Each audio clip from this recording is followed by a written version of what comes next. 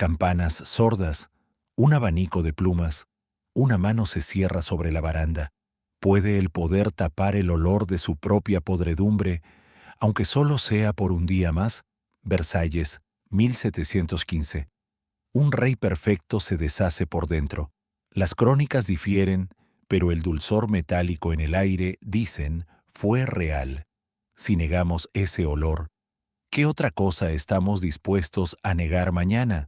Esa negación inmediata vuelve cómplice a cualquiera que repita el ritual sin mirar. Venimos a seguir un precio, moral, social, humano, de la monarquía absoluta. Nuestra llave será una contradicción visible y un rastro de papel. Quédate, desenredamos el mito, medimos sus costos y olfateamos la verdad detrás del perfume. Título: Bajo el perfume. Corte seco a la infancia de un rey que juró no volver a temblar. Redoble amortiguado, una cuna dorada, una nodriza ajusta la manta. Nace Louis, el Dieudonné, el regalo de Dios, después de años de esperar heredero. ¿Cómo crece un niño al que le dicen que es milagro y muro a la vez? Las memorias de la Fronda, esa revuelta nobiliaria que hizo huir a su familia cuando él tenía apenas 5 años, dejan una cicatriz. Las fuentes cercanas al palacio hablan de sobresaltos nocturnos y juramentos tempranos, y los historiadores discuten cuánto moldeó eso su carácter.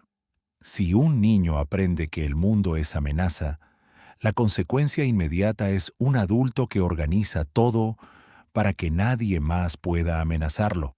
En la adolescencia, el relato oficial lo viste con rayos de sol, pero bajo ese brillo se ensaya otra cosa: disciplina, vigilancia, recuerdo del miedo. No es lógico que quien fue expulsado de su cama por los nobles busque encerrar a los nobles en un teatro a su medida. A partir de 1661, muerto Mazarín, Luis decide reinar por sí mismo. No confiará el pulso del Estado a otro par de manos. Los memorialistas de la época anotan su obsesión por la presencia: estar, mirar, hacer ver. Y si estar equivale a dominar el tiempo de los demás, el efecto es inmediato. Cada mirada del rey marca un salario, una gracia, una caída. La devoción al orden no nace solo de la soberbia, sino de una experiencia: huir de París, sentir puertas cerrarse, escuchar insultos. Puede extrañar que su respuesta sea convertir la corte en reloj y a los cortesanos en agujas. Esa respuesta tendrá un costo. La obediencia se obtiene, sí, pero a cambio de convertir la política en ceremonia permanente. Y esa ceremonia, como veremos, exigirá un edificio que inmovilice al reino con brillo. Puente. Sigamos a ese niño asustado que se hizo sol, hasta la trampa hermosa donde todos aceptaron vivir. Versalles. Clavijas tensas, un plano enrollado, una mano golpea con compás la mesa. Versalles no es solo un palacio, es una máquina de dependencia. ¿Cómo se domestica a una nobleza con espada sin tocar una sola ley? Se la hace esperar. A la madrugada, el lever del rey. Al anochecer, el coucher. Entre ambos, una geografía de pasillos donde cada metro vale un favor. Las memorias de cortesanos, siempre interesadas, advierten los estudiosos, coinciden en lo esencial. Si te alejas del sol, te enfrías, te apagas. La consecuencia inmediata es obvia: quien no soporta el teatro diario pierde contratos, pensiones o la simple visibilidad que sostiene su casa. Los pequeños rituales, entregar una camisa, sostener una jarra, se convierten en moneda dura. No es brillante y, sin embargo, inquietante convertir la intimidad en oficina pública. Si el rey te mira sujetar el candil, tu apellido sube. Si no te ve, te vuelve sombra. Ese sistema, repetido, produce una economía paralela: vender acceso, arrendar habitaciones, apostar por sonrisas. el Estado se confunde con la etiqueta, y la etiqueta con el pan. La consecuencia cercana es una corte endeudada moral y financieramente, atada a un calendario que el rey puede acelerar o detener a voluntad. Bajo la pintura húmeda, el costo se filtra por otro lado. Obras sin fin, fuentes que tragan impuestos, aldeas reubicadas para abrir perspectivas. ¿Cuánto vale un eje visual si parte a una comunidad en dos? Cada avenida nueva ordena la mirada y desordena la vida. A fuerza de mármol y protocolo, Versalles promete seguridad a cambio de convertir la política en coreografía. Ese trueque no es gratis. Cuando el ritmo se mantiene, aunque falte el aire, el cuerpo que baila se rompe. Puente, sigamos, porque el engranaje no se lubrica con aceite, se lubrica con cuerpos, alianzas y camas donde el amor sirve de decreto, susurros apagados, un abanico cerrado, una carta se desliza bajo la puerta, Louise de la Vallière, Athénaïs de Montespan, Françoise de Maintenon, nombres que suenan a romance y significan gabinete. ¿Hasta qué punto el dormitorio fue ministerio y la pasión decreto? Las fuentes cortesanas, siempre parciales, dicen los historiadores, relatan ascensos y caídas que empiezan con una mirada y terminan con un título o un destierro. La consecuencia inmediata de erotizar la política es obvia. Cada afecto privado crea una facción pública y cada celos institucionaliza una guerra menor. Con La Vallière, el relato de ingenuidad útil; con Montespan, el esplendor que roza escándalos, misa negra, rumores que los cronistas multiplicaron y los expertos hoy matizan. Con Maintenon, la pedagogía severa que apaga luces y sube cortinas de devoción. ¿No es elocuente que las reformas morales sigan al cansancio del cuerpo? Si el rey reparte atención como si fuera moneda, las arcas de muchos dependen de su insomnio.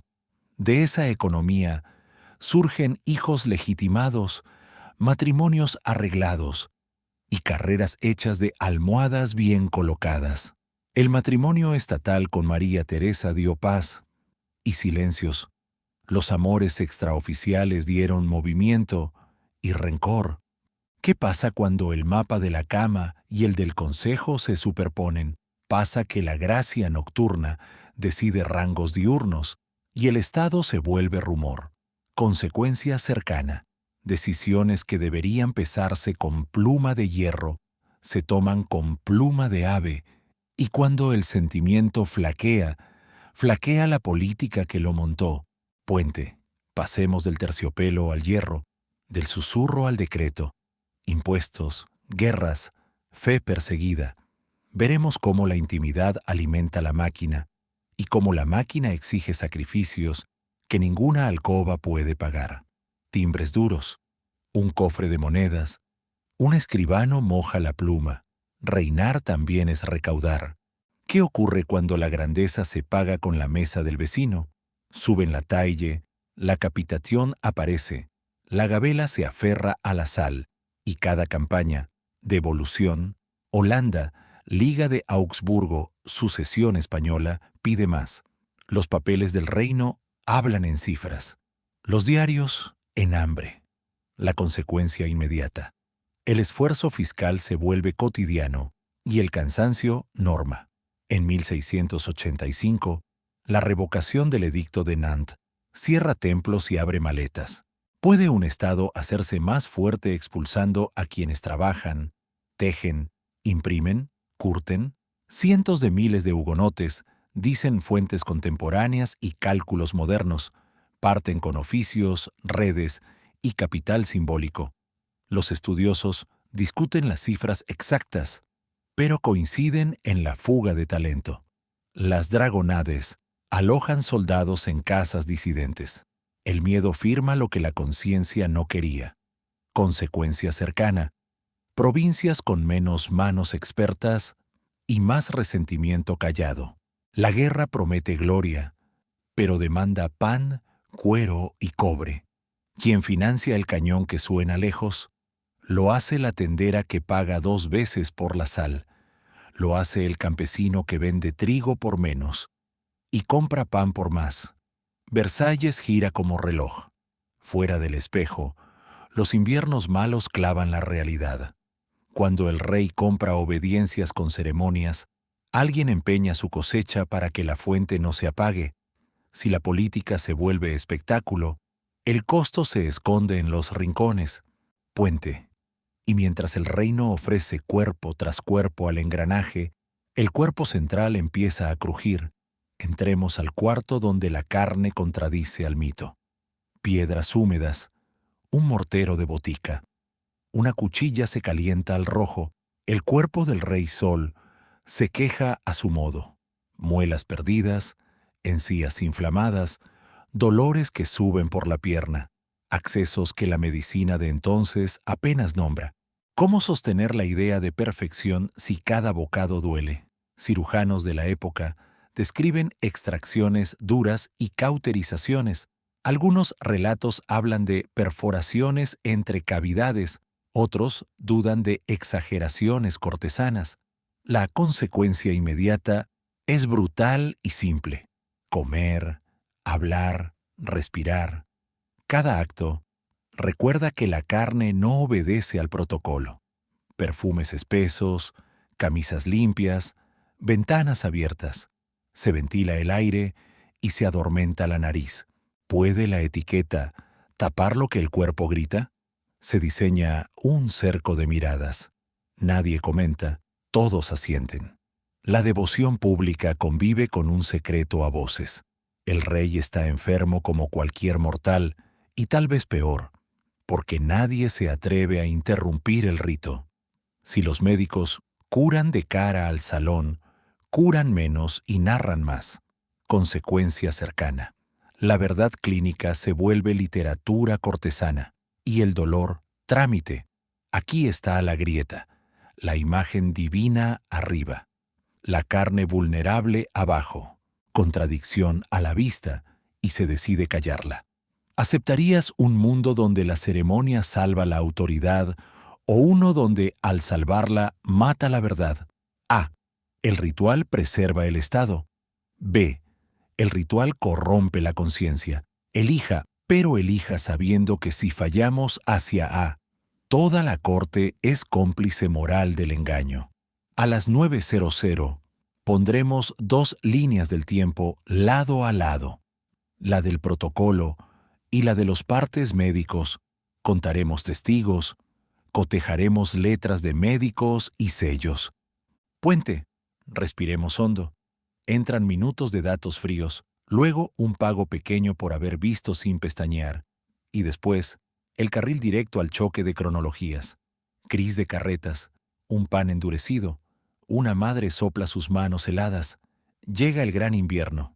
1709 hiela ríos, viñas y ánimos.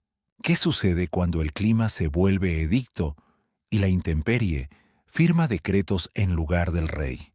Los registros parroquiales y las cartas de intendentes, siempre desparejos, advierten los historiadores, enumeran cosechas perdidas, animales muertos en fila, vino coagulando en copas. La consecuencia inmediata es doble: escasez y precio alto, pan más pequeño y colas más largas, tumultos en mercados que no esperan permiso de etiqueta. Versalles, sin embargo, sostiene su baile. ¿Es injusto exigir que el palacio deje de ser palacio cuando el campo se vuelve hielo? Tal vez, pero la percepción política no hace balances térmicos, juzga imágenes. Mientras la corte calienta estufas y perfuma salones, París aprende otro aroma: humo agrio, sopa aguada, miedo. Los memorialistas describen colectas, hornos públicos, decretos de racionamiento. Las medidas alivian, no curan. Consecuencia cercana. Crece un espejo moral y en él la figura del rey se ve firme, pero más distante. El ritual, repetido contra el frío, produce redención privada y ofensa pública. A quienes no entran al salón, Cualquier baile le suena a burla. ¿Puede un Estado sostener la esperanza con coreografías cuando el hambre desarma la paciencia? La respuesta parcial llega con donativos, reducción de espectáculos, compras de grano. Aún así, inviernos así marcan memoria. Esa memoria, de colas y puertas cerradas, será capital político décadas después, cuando otras voces pidan cuentas. Puente. Y si la intemperie llena el reino, dentro del palacio la biografía golpea. La seguridad del sistema se agrieta por el lado más íntimo, la herencia. Campanas bajas, una cinta negra, un escribano cierra un sobre con lacre. Entre 1711 y 1712, la muerte traza un árbol al revés. El gran delfín, luego el duque de Borgoña, luego su esposa, luego el pequeño duque de Bretaña. ¿Cómo administra una monarquía absoluta la fragilidad cuando los ataúdes interrumpen la partitura? Como prometimos, a las 9:00 ponemos 2 líneas del tiempo lado a lado, la del protocolo, misas, lutos, rangos, y la de los hechos médicos y partidas de defunción. Cotejamos firmas de médicos, sellos de parroquias y el conteo de testigos que validan cada acta. La consecuencia inmediata de ver ambas juntas es incómoda. La maquinaria del Estado sigue exacta mientras la familia se deshilacha. La continuidad exige sonrisa estable sobre lágrimas frescas. Los papeles muestran regularidad, los cuerpos no. ¿Qué moral se aprende cuando la razón de Estado exige silencio al dolor?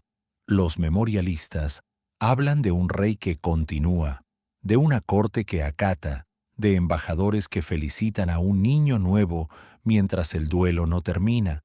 Los estudiosos discuten el peso de las enfermedades, sarampión, viruela, complicaciones y el de los pasillos, donde entra la etiqueta, sale el reposo, consecuencia cercana.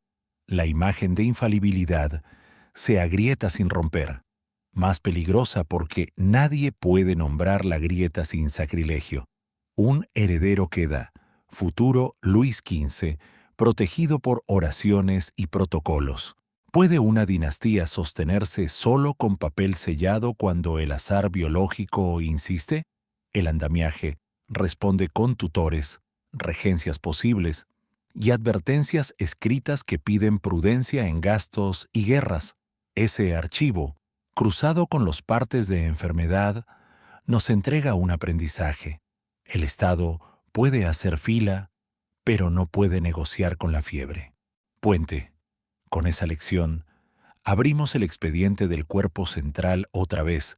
Veremos cómo la infección sube por la pierna y cómo la medicina, sin antibióticos, escribe su propio teatro de urgencias.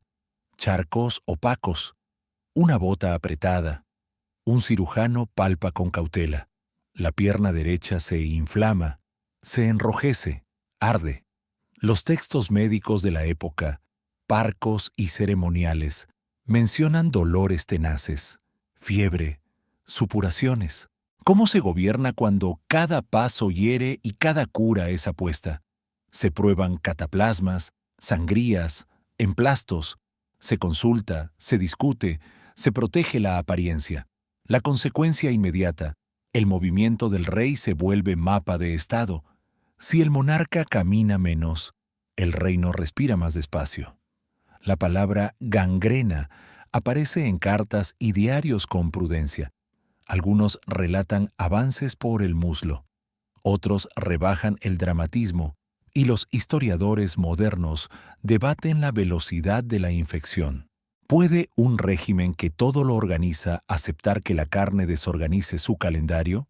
Se ordenan audiencias más cortas, se escogen sillas, se rehacen trayectos. La etiqueta inventa soluciones, cojines, apoyos, pausas disimuladas. Pero la biología no admite protocolo. Cuando el dolor sube, bajan las distancias ceremoniales y sube el murmullo. La cirugía sin anestesia, cauterio, hierro o oraciones promete control y produce relatos heroicos. No es significativo que el lenguaje oficial prefiera valor a pus. Ese reemplazo de términos cambia la percepción del enfermo al ejemplo. Consecuencia cercana. El sufrimiento se convierte en instrumento político. Hace lealtades, disciplina rumores, vende constancia. Sin embargo, cada noche desarma el mito. Fiebre, malos sueños, vendajes que se mojan, médicos que discuten en voz baja. El Estado sigue girando. Las embajadas llegan, se firman papeles. ¿Puede un sello humedecido con dolor seguir valiendo lo mismo para el campesino que aguarda en invierno? La respuesta práctica es sí. La respuesta moral queda flotando. Y flotará en la memoria colectiva cuando, años después, alguien busque las raíces del malestar. Puente. Nos queda un último escenario, la despedida. Entraremos a la habitación donde el ritual y la biología chocan sin intérpretes. Veremos cómo se dirige la muerte y cómo el teatro intenta convertirla en doctrina. Silencio de terciopelo. Un cirio titubea. Un asistente alisa la sábana. Se ensaya la salida. ¿Qué aprende un país cuando la muerte de su rey se convierte en manual? El protocolo organiza respiraciones, visitas, palabras. La liturgia dicta gestos y telas. La crónica ya escribe en futuro perfecto. La consecuencia inmediata, el adiós, se vuelve espectáculo regulado y el dolor, formulario. Cerca del lecho, oraciones y títulos. Lejos, cuentas y rumores. ¿Puede una comunidad sentir alivio y luto al mismo tiempo sin quebrarse? Se puede, y ocurre. Alivio por el fin del sufrimiento y de ciertas guerras. Luto por la costumbre que se va y por lo que costó tenerla. Los relatos hablan de un cuerpo preparado, un cortejo impecable, ciudades adornadas, misa redonda. Los estudiosos discuten la intensidad del júbilo y del fastidio popular. La imagen que queda es ambigua y poderosa. Teatro perfecto en la superficie, fatiga honda debajo. El funeral no solo entierra a un hombre, funda memoria. ¿Qué memoria? Una que exalta la constancia y borra el hedor, una que promete continuidad y aparta la duda. Consecuencia cercana, el régimen. Convierte una biografía dolorosa en mito útil, y el mito se usa para sostener impuestos, obediencias y cierta paz social. La deuda, sin embargo, no desaparece. Cambia de nombre y de calle. En esa mudanza germina una idea que crecerá. Si el cuerpo del rey podía fallar, quizás la razón de Estado también debe rendir cuentas. La tumba se cierra, pero la escena no termina. Regencia, tutores, papeles ordenados, ecos que rebotan de salón en salón. ¿Qué hacemos con la fragancia persistente del poder cuando ya no hay cuerpo que la sostenga? Dejamos la habitación con una certeza tibia. El perfume es memoria, pero también cortina. Puente. Con ese telón, entramos a la conclusión donde pesaremos 2 o 3 consecuencias cercanas y dejaremos abierta una pregunta para el próximo duelo entre ritual y verdad. Pasamos la mano por el telón y queda polvo dorado. Ritual, obediencia, memoria. ¿Qué hacemos ahora con lo que aprendimos? Que la etiqueta puede sostener el poder mientras oculta su olor. Consecuencia cercana 1. Todo sistema que convierte la política en ceremonia corre el riesgo de perder diagnóstico. Cuando falla el cuerpo, fallan a destiempo las decisiones. Consecuencia cercana 2. El costo se cobra abajo, en pan, en silencio, en invierno, y ese registro contable no prescribe, reaparece como malestar años después. Consecuencia cercana 3. Si el mito de perfección se impone, la crítica llega tarde y furiosa. ¿No conviene entonces ejercitar el olfato antes de que el perfume nos eduque? Dejamos abierta una línea. Si ponemos al lado otra monarquía absoluta y contamos testigos, firmas y heridas, ¿veremos la misma grieta en el espejo? Guarda esa pregunta. La próxima vez cruzaremos dos timelines y seguiremos el hilo donde la pompa deja de tapar la verdad y la historia empieza a respirar. Puente. Nos vemos en el duelo siguiente entre rito y evidencia.